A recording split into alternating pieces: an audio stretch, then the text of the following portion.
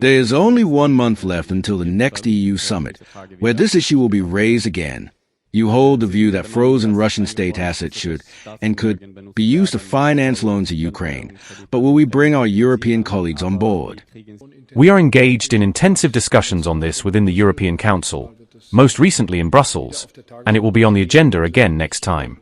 I am speaking with almost all heads of state and government in the European Union these days, and Ulf Kristersson and I have just discussed it. We believe that this is the path we should take, but further persuasion is still required. I have always said that I understand the Belgian government's reservations and concerns. We are working to address these concerns, and we are also working to provide joint guarantees so that these assets can indeed be used. We do not seek to confiscate them, but rather to use them as collateral for a loan. This loan could then ensure that Ukraine is supplied with the necessary material and weaponry for a long period of time. But we are in the midst of this work and in the midst of these talks, and I am working towards mid-December. You are traveling to the G20 summit on Friday. There have already been several cancellations. The United States is boycotting the summit entirely, and the presidents of Russia and China will also not attend. In light of these absences, what results do you still expect from the summit?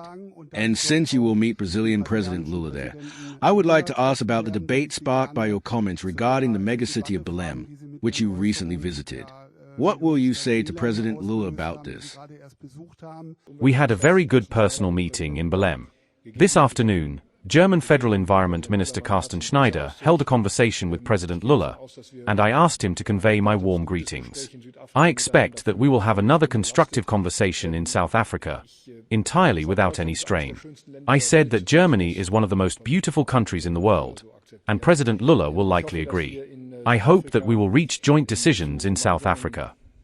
I will take the opportunity to engage in in-depth dialogue, particularly with African states, because we, both from the perspective of the European Union and from that of the Federal Republic of Germany, have a strong interest in establishing good cooperation with many African countries.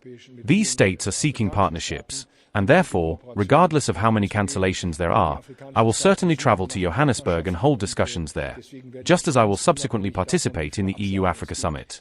I expect that we will return to Germany with good results.